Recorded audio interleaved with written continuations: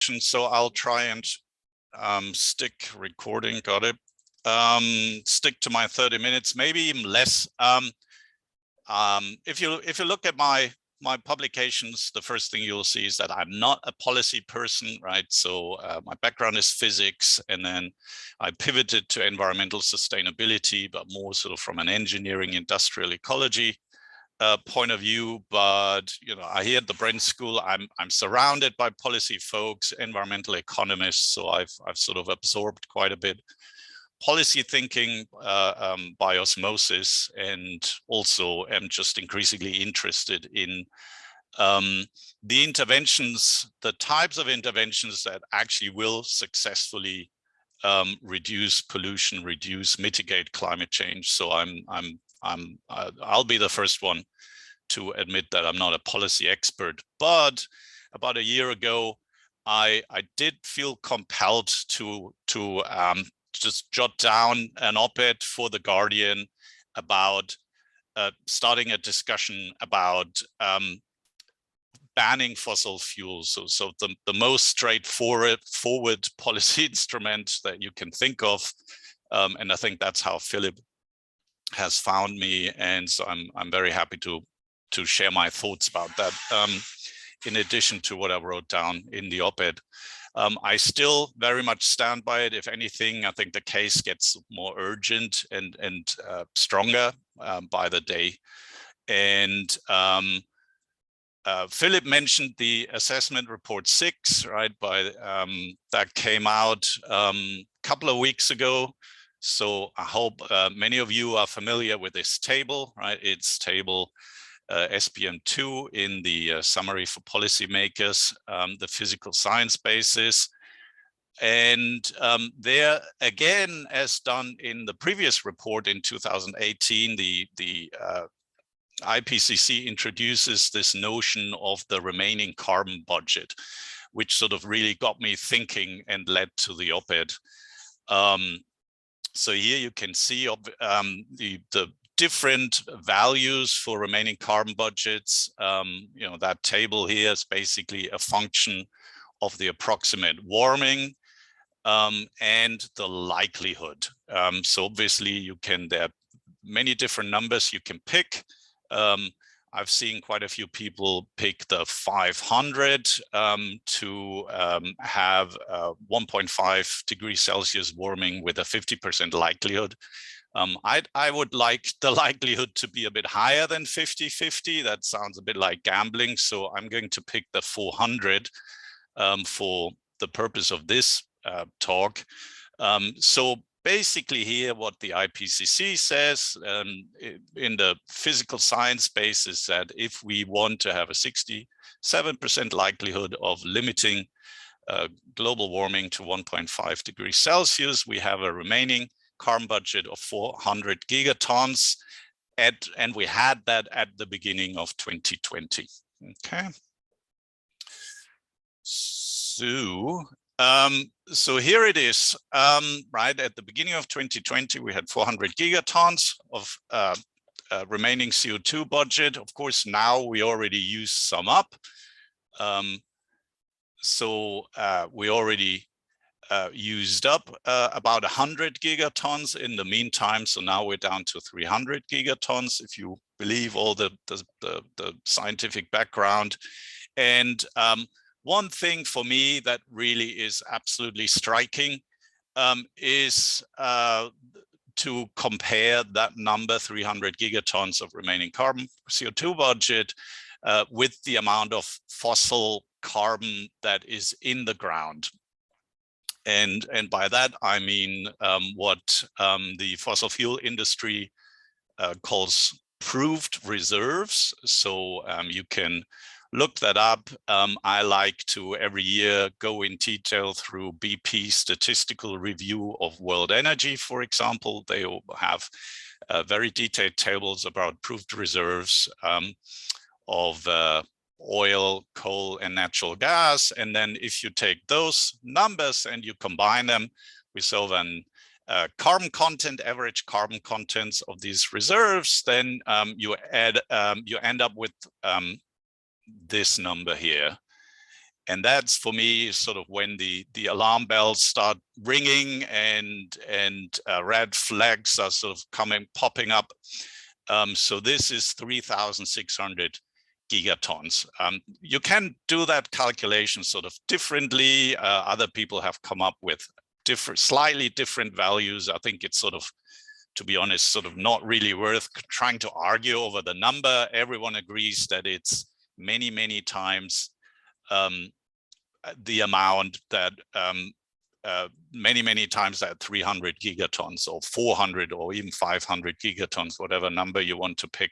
So in this particular calculation, what that tells us is that we can, if we want to limit warming to 1.5 degrees Celsius with a likelihood of 67% according to the IPCC, we can only afford to combust around 1/12 of the proved reserves that have already been discovered. And I gave you there the definition, and are believed to be recoverable from known reservoirs under existing economic operating conditions with reasonable certainty. So, hence the sort of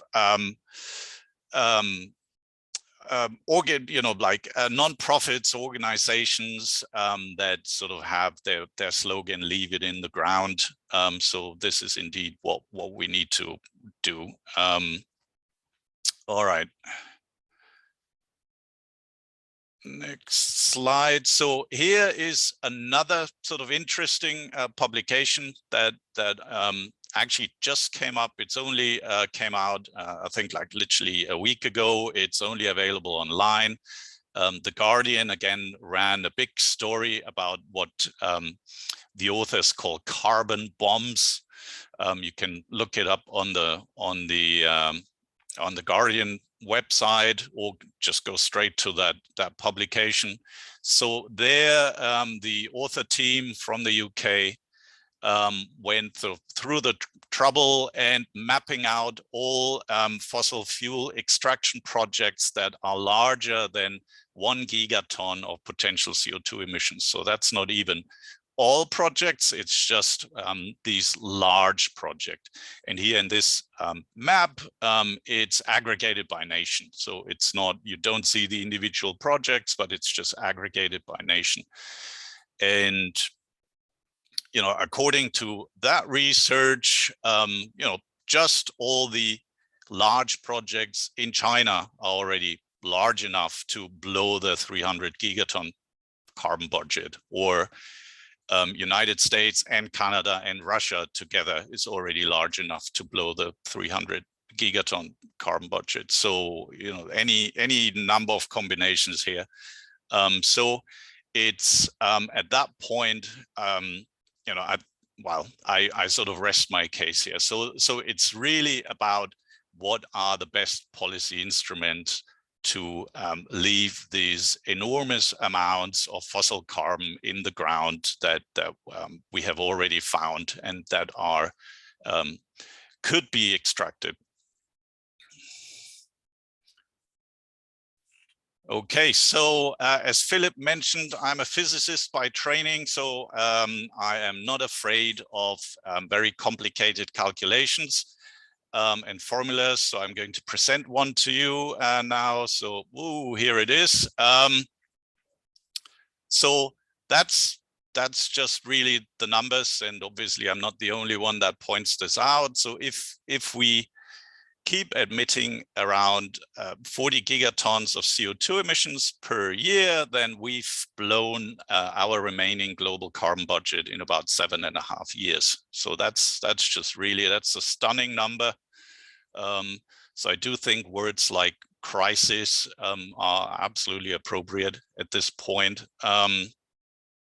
So that's just really something that needs to sink in. And of that 40 gigatons of annual And, you know, again, depending on how you do the accounting and where you look for the numbers, you know, it could be 40, it could be 42, maybe a little bit lower. I think it's actually on the low end.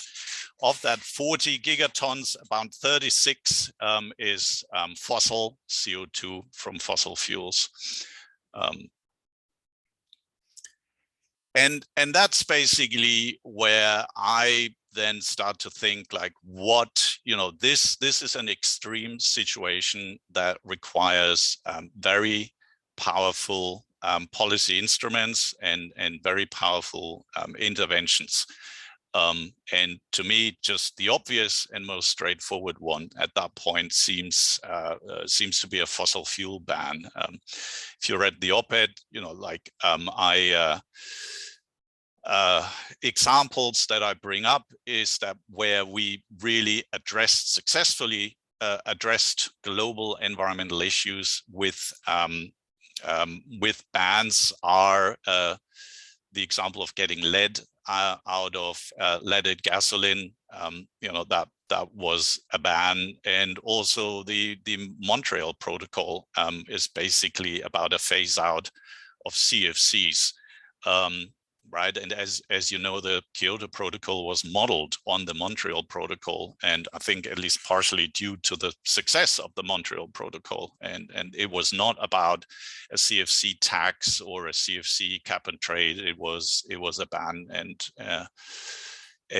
phase out. So I want to now sort of take another 10-15 minutes to just think, you know, maybe stimulate the follow-up Q&A and discussion with a couple of points there.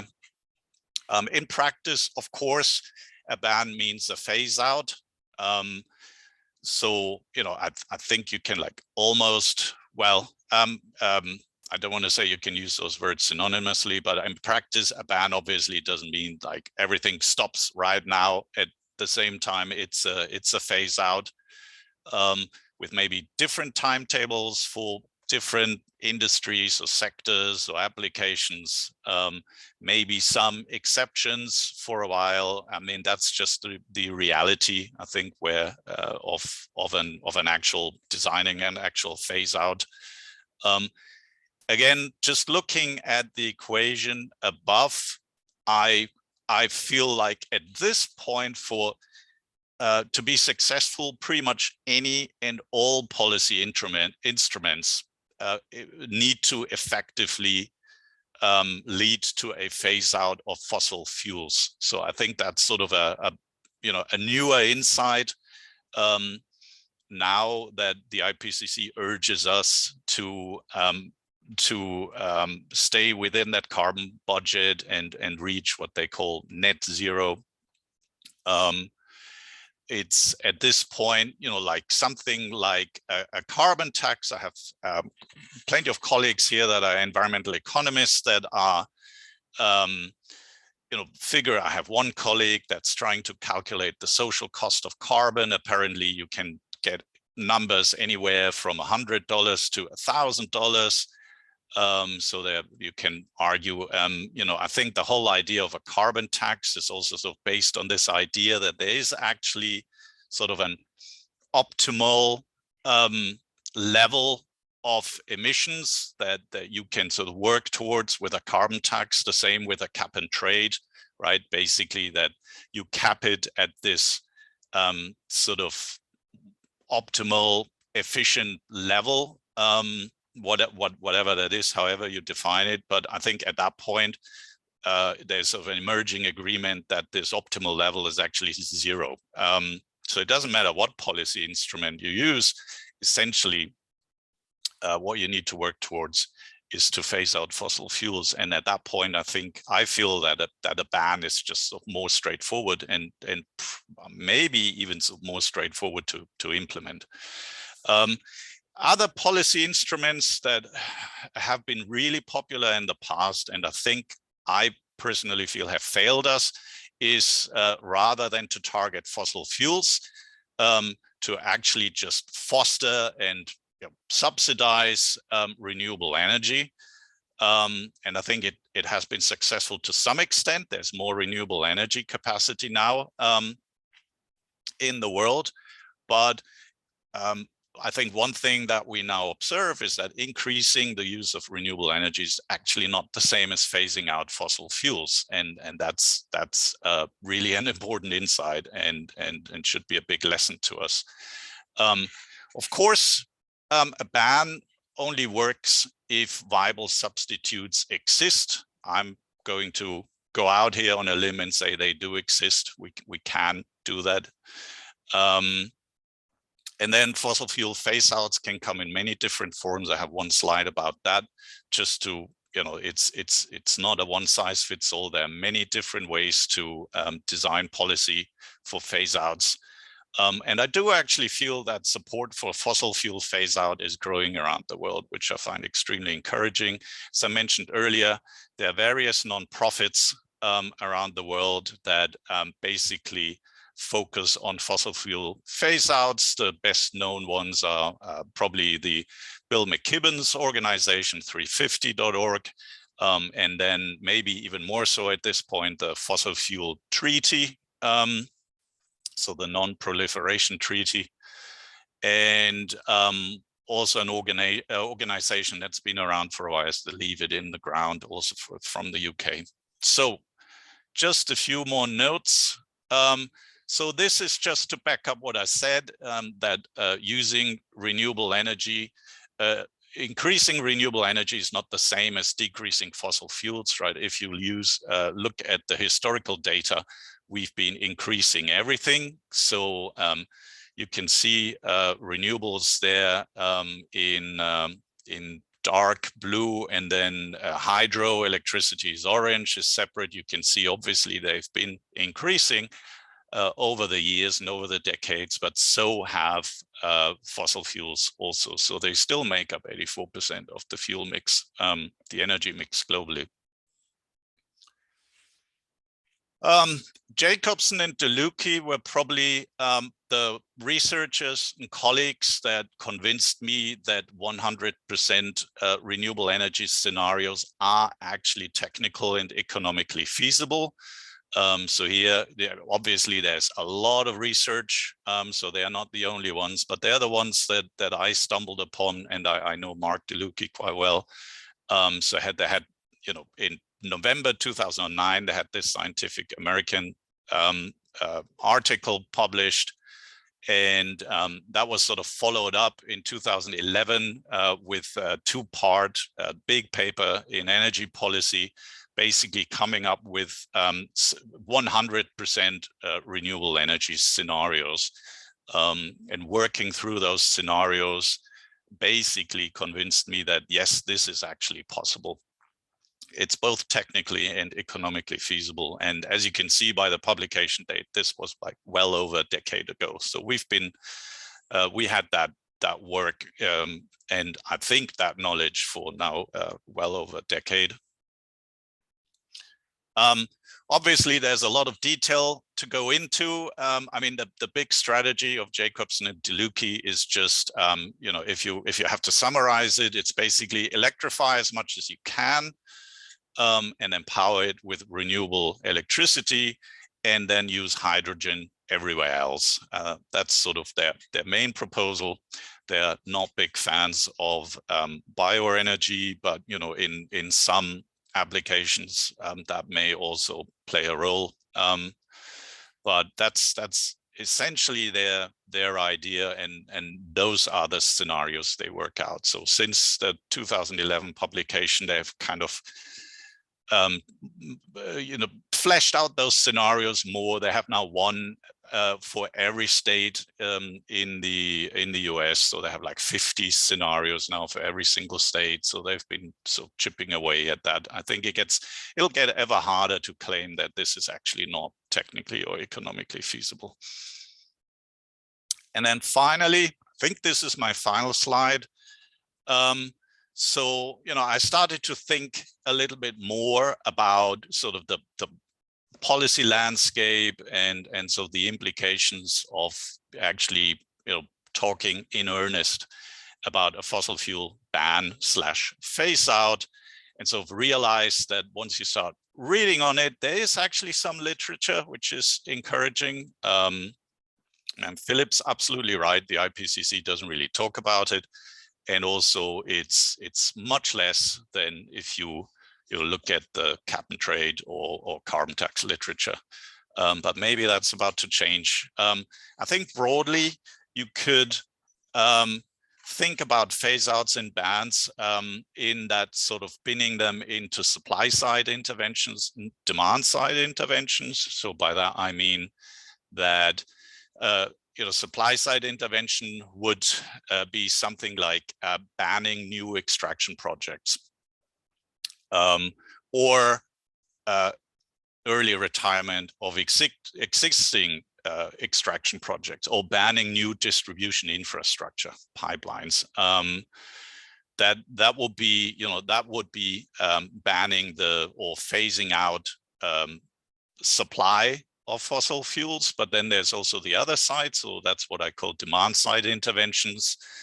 And here I just want to highlight a few that I find really encouraging. It's biased towards California because that's where I am and I know the most about, or the US in general. So many states in the US now have these renewable portfolio standards. So they basically mandate a minimum progressive sort of minimum amount of electricity of a state's grid that needs to come from renewable energy sources. California had RPS, as they are called, for a while now, but recently, I want to say 2 years ago, California passed the Senate Bill 100, aptly named 100, because there the target is actually 100% of electricity, I think by 2050, coming from, well, here they say zero carbon energy sources. So that's essentially phasing out fossil fuels from a grid, from an electricity grid. So that's sort of one demand side intervention that is actually being implemented. Another one that I want to mention briefly is our governor, Gavin Newsom.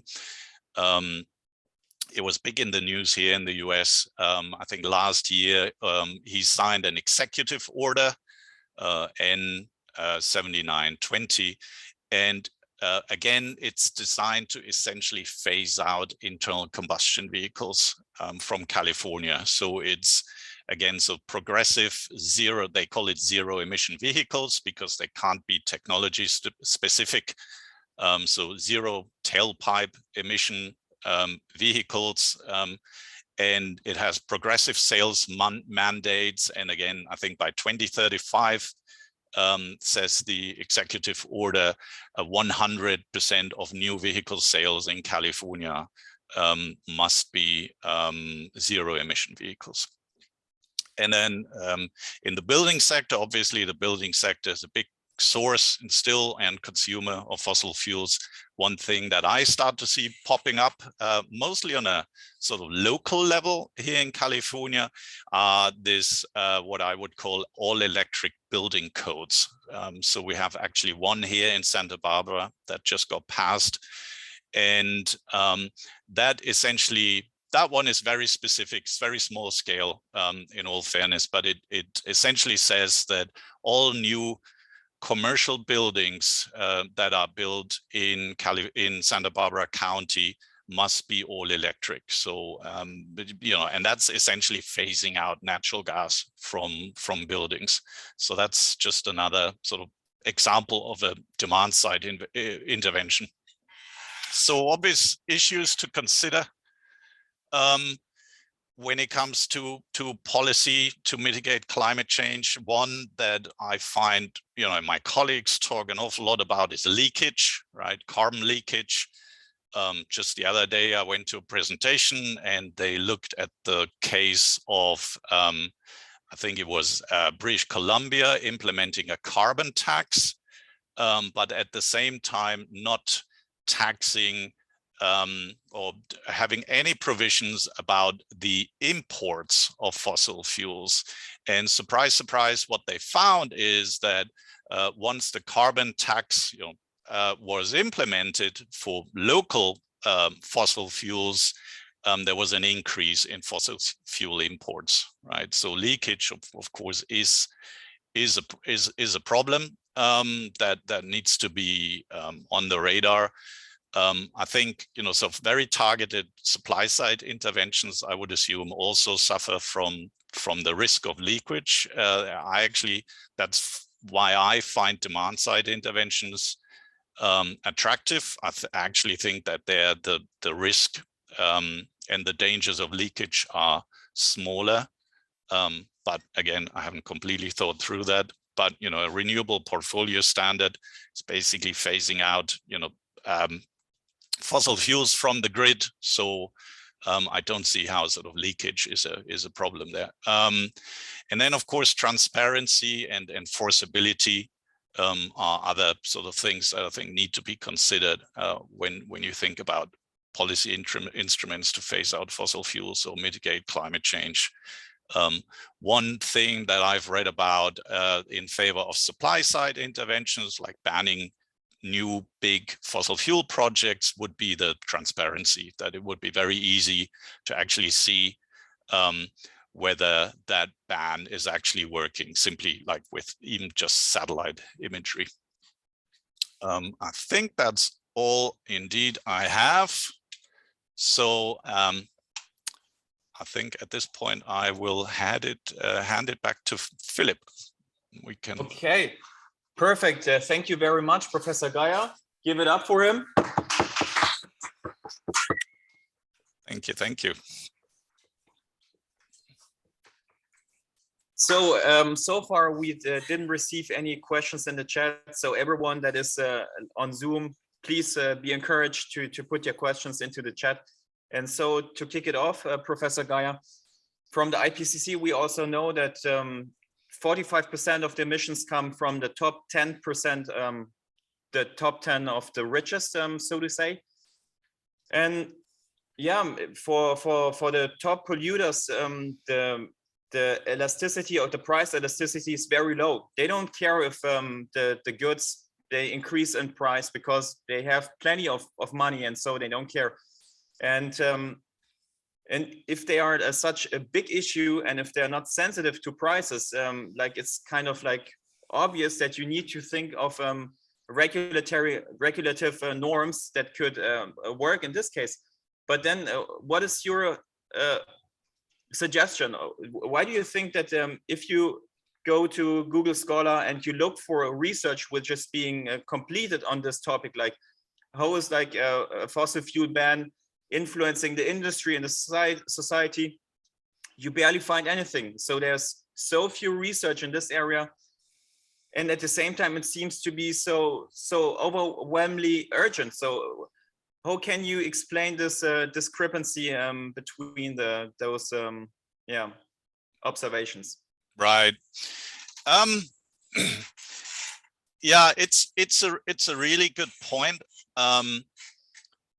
And I would have to shoot from the hip somewhat and speculate. I would say that maybe one of my speculations would be that what could be at play here is sort of some sort of professional biases. I know that when I sort of listen to my colleagues here that are environmental economists, that they just naturally gravitate towards a market-based solution. So they want to create a market for a non-market good, right? So that's why they really like to sort of investigate these cap and trade ideas. They are very used to modeling the impact of different taxes, and a carbon tax would be basically some sort of form of Pigou tax, right? So that's been, I think, the first time Pigou talked about taxing bads. That was in 1920, so that's been around forever. So it's something that they naturally sort of gravitate towards, and yeah, and you know, maybe in that, from that perspective, sort of easier for me to sort of just sort of come in sideways and you know, start thinking out loud about, just like others, I'm not the only one, obviously, about just a sort of another policy instrument that's, I think, has worked in many instances and very successfully. That's something that political scientists and environmental economists are not used to studying. I think they're very much used to sort of sticking to that notion of sort of optimal level of pollution, right, and trying to sort of calculate, to sort of estimate that, to sort of maximize welfare and these concepts. And there, maybe they would think that, yeah, something like a ban is just too drastic. But you know, I think that argument is sort of just getting weaker and weaker, because you know, there's just, I think now even sort of the scientific evidence is accumulating that essentially the optimal level of fossil carbon pollution is 0. And then I think that vastly simplifies sort of the, you know, the objective. I don't know if I answered it, addressed your question there. So, yeah, in the chat, I have seen that Walter Schischke wrote a question. I will come to this in a moment. Yeah. I will combine it with another question. So we had the Paris Agreement in 2015, and some of the public thought that this was a great breakthrough, but actually we have seen that we cannot ban emissions. They are still on the rise. And so what is also an intriguing question for all of us is like, can we strengthen some of the ideas that were brought up in Paris and combine them also with your proposals? And this being said, also referring like to the global dynamics. For instance, I think it would be unfair like to ask Vietnam to be the first country to ban fossil fuels, when other countries which are like more developed like still like burn them. So do you have like a concept of how you could schedule like a formula where you could say like maybe derived from a development indicator that you put the developed countries first and then following up the others? So this is the first part, and then now I will integrate the question of Mr. Schischke. He's asking how do we treat the imported products and goods, which make out of 50% of the private carbon emissions. Like, for the case of Europe, they mostly come from Asia, and no, I mean, those are all really good points. And again, right, I just want to, as sort of a big disclaimer, this is not really my area of research. I just, you know, I just felt really strongly about just starting that discussion, since I probably had the same feeling that you had. Why is no one talking about the most obvious policy instrument, especially since we have a track record of actually addressing successfully global environmental problems with that policy instrument? And it seems to be like the obvious one with a problem of that incredible urgency.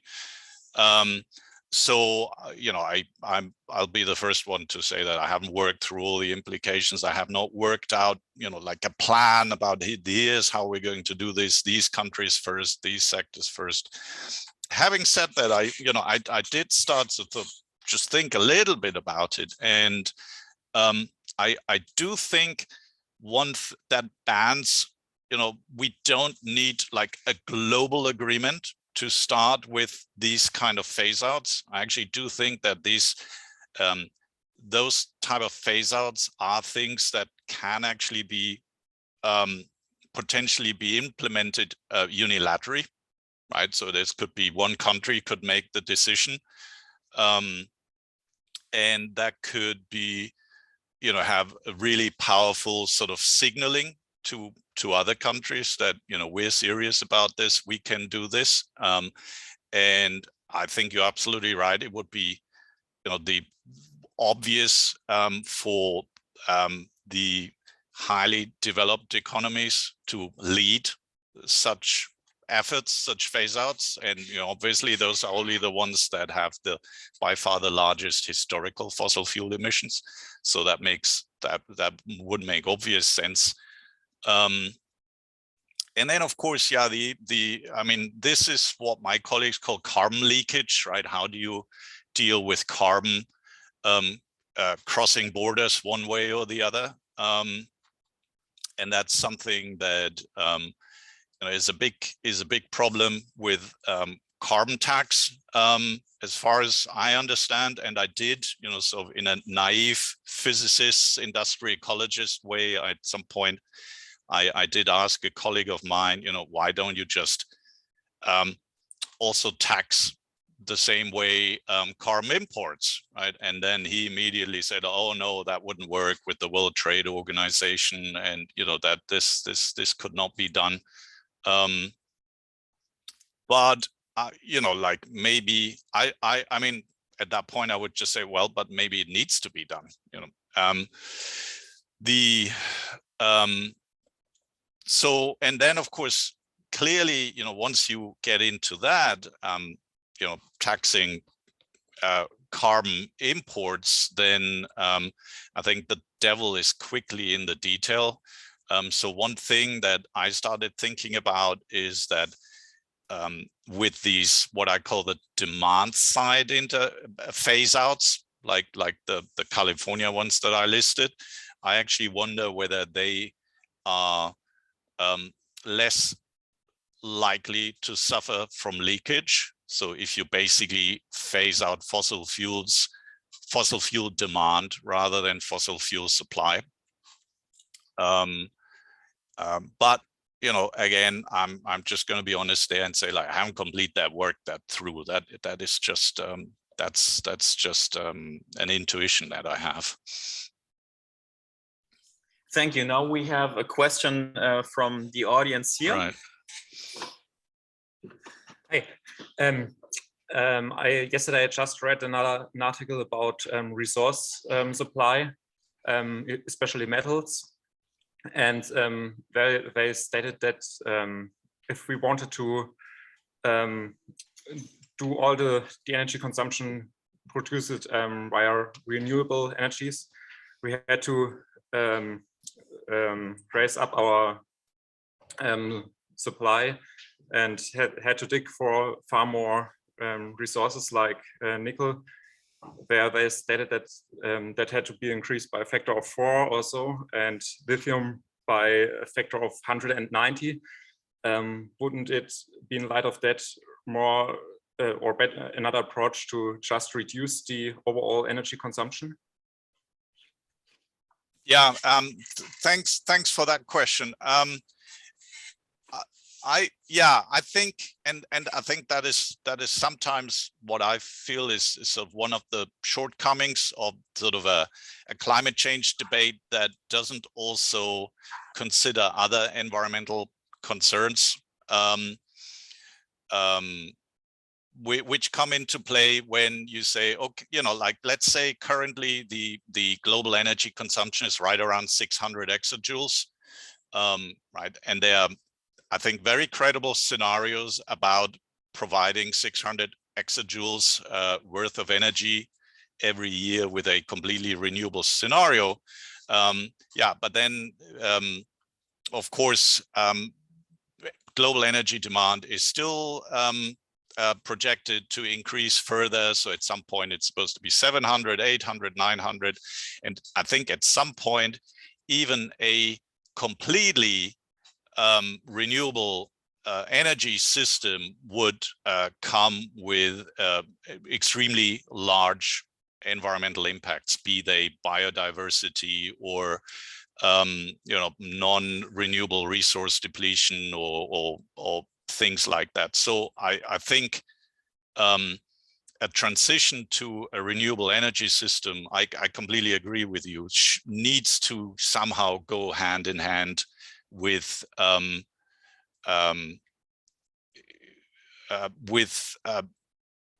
yeah, how do I say it? You know, like being aware that you know, the higher the global energy demand is, the higher the environmental impacts are going to be.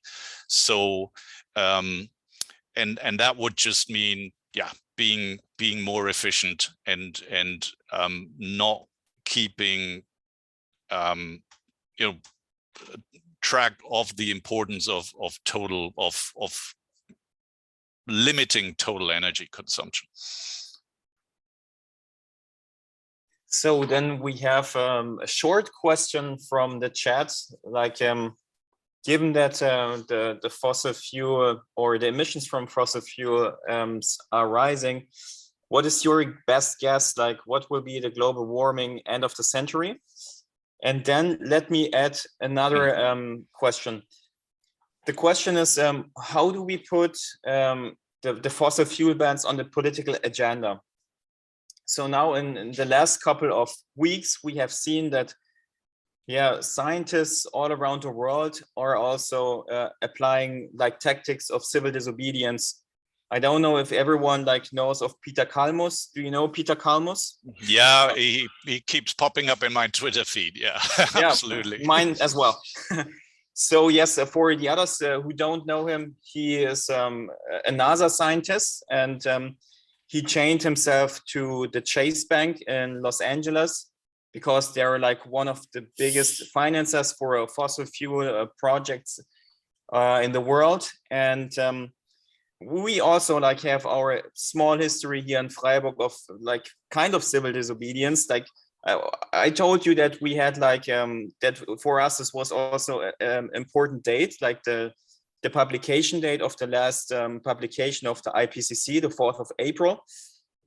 And this was the kickoff for a 3-day climate camp that we did on campus. And to end it, we approached and our like leadership of the university, and we had some criticism because like the leader of the university, she did like some very critical like statements about like technological determinism or technological like naivety, optimism, and also about like the idea of like an ever-growing economy as being like a top priority for every sustainability strategy. And we called this out, and we said like, we as like also leading research institute, which like they make publicity with it, we are a renowned institution worldwide. We don't want to be like led by a person which is like falling for such like naive ideas, like Right. to put it simple. Yeah.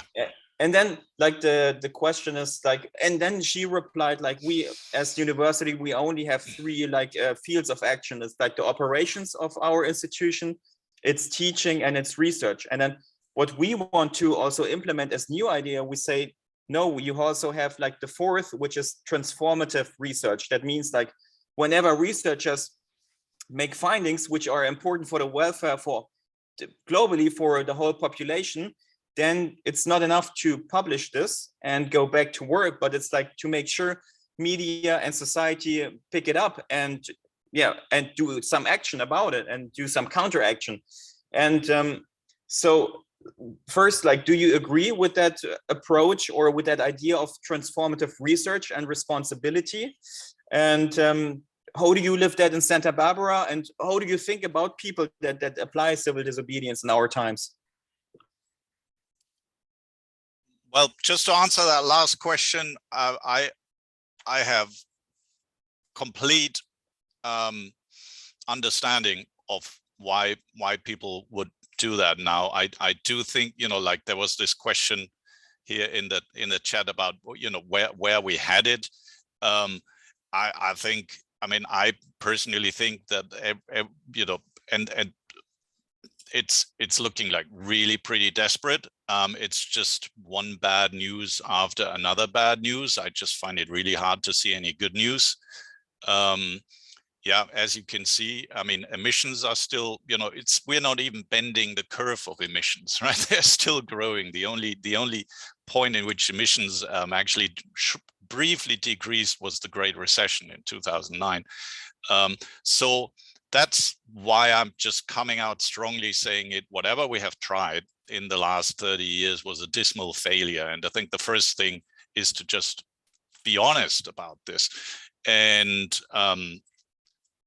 And yeah, I read the other day, just I read an interesting article about, it was about scientists in the 50s and 60s and how they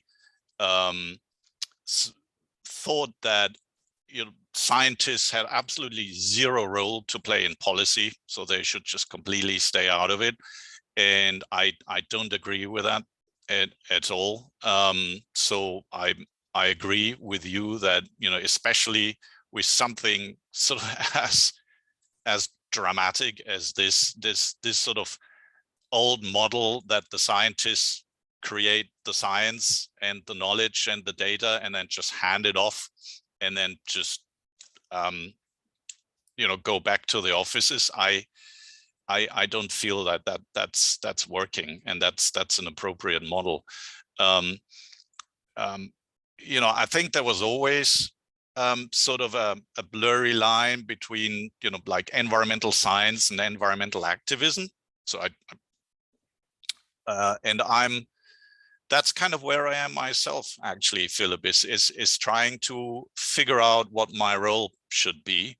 And I just that's why I'm starting to write these op-eds, that I feel increasingly that sort of the traditional role for me to just sit in my office and crunch some data and then publish in peer-reviewed journals and then just sort of see what happens does not feel appropriate at this point in time.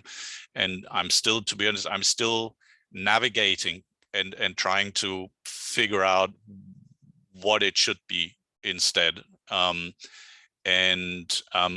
you know, like one thing I know for sure is I want to never sort of, I think right now I have this sort of scientific credibility, or this academic credibility. And I think that's really useful. And I want to make sure that it stays that way. But I mean, you know, these findings that we're having, they're just so dramatic. You can't just, I think you have to sort of go from the descriptive to the normative. I mean, it just doesn't make sense to not go that next step. Overall, you know, like when I read on you know, Fridays for Future, Students for Future, Extinction Rebellion in the UK, all these different, I think it's fantastic. I'm really really encouraged by that. It's one of the few things that's happening in the world that I draw encouragement and hope from, to be honest. So this is absolutely appropriate. It is completely awesome that you are doing that. And yeah, I think you know, like whatever I can do to sort of support and back this up, I feel like I want to do that. In the chat, we had another question popping up. It was the question like, how your proposal of banning like is different from like the current like governance systems that we see, which also like have their target like to phase out to get rid of fossil fuels. And then specifically was a question like, what could like trigger China and Saudi Arabia to really like avoid extracting more fossil fuels and like also to sell them?